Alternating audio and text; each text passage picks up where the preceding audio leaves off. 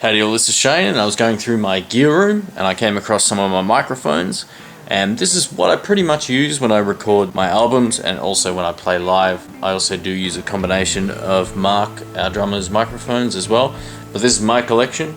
This isn't all of them, but these are the main ones that I'd use if I was recording. And I'm going to start with this one, which is a JTS NX2, which is basically like a Shure beta kick mic. Yeah, these things sound really, really good, and they're not that expensive, and they are fairly heavily EQ'd, so you don't need to really work the EQ control a lot on your, say, on your desk or in your mix. You will a little bit, of course, but depending on the mix and the music, but these just sound good. I actually had one of these a while back and I sold it and used a different brand, and then about 2 years later I went and got another one because I listened back to the old recordings and this thing did a great job. So that's the JTS NX2. Very cool. Now also for drums I use these, and these are the Bach Bk 2.0s, and this was part of a drum pack I had that contained 7 mics, and basically these are for toms or for the snare. They sound great. They're voiced very, very much like a SM58, and just to give you an example, you know, they clip onto the rim with these clips here, which are the K&Ms, and you can angle this wherever you like, and they sound pretty natural and cool and very, very much like a 57, which is this one here. And these are great for snare, also for just anything loud really. They sound great. Yeah, I've got a couple of these and they're great for live guitar amps, recording guitar amps, just about anything. You throw one of these in front of it, it should sound pretty good. Now, these are the Bach Bk 5.7As, which are basically a beta 57 clone. I got a chance to A/B these together, and these sound awesome. These actually have better off-axis rejection than the Shure ones, and they're a fraction of the price. So if you see any of these around, pick them up because they're really good. I could use them for snare or guitar amps. They sound great in front of guitar amps and just about anything loud. And also great vocal mic if you're a singer that likes to get up right on the grill. These are awesome because it doesn't pick up sound off either side at all, or very, very little. So these are great. This is the Rode M3. These are a great live vocal mic.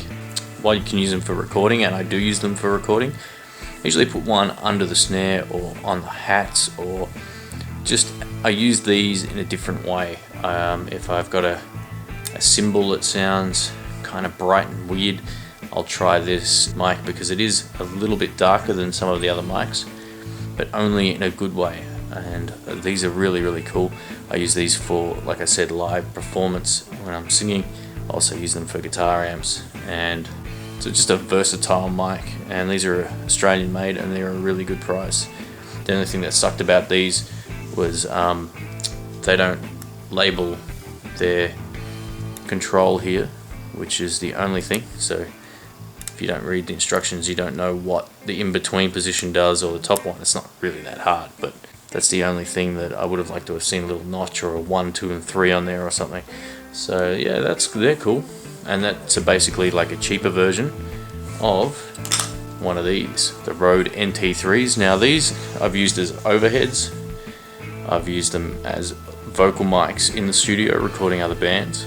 I've used them live for singing. While these can feed back pretty easily, they're very, very nice sounding. You can put these in front of a guitar amp or anything acoustic and they'll sound amazing.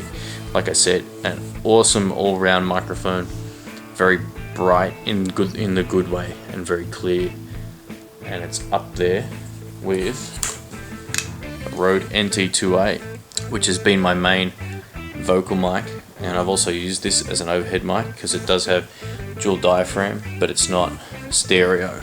So it's just this is great. This is a great room mic as it is a vocal mic. Sounds awesome with an acoustic guitar. Sounds awesome. I don't know what else to say. It's got some great features. You can roll out the low end change the polar pattern so you can just use it from the front or from the front and back, or make it sort of so it picks up sound from all around the mic.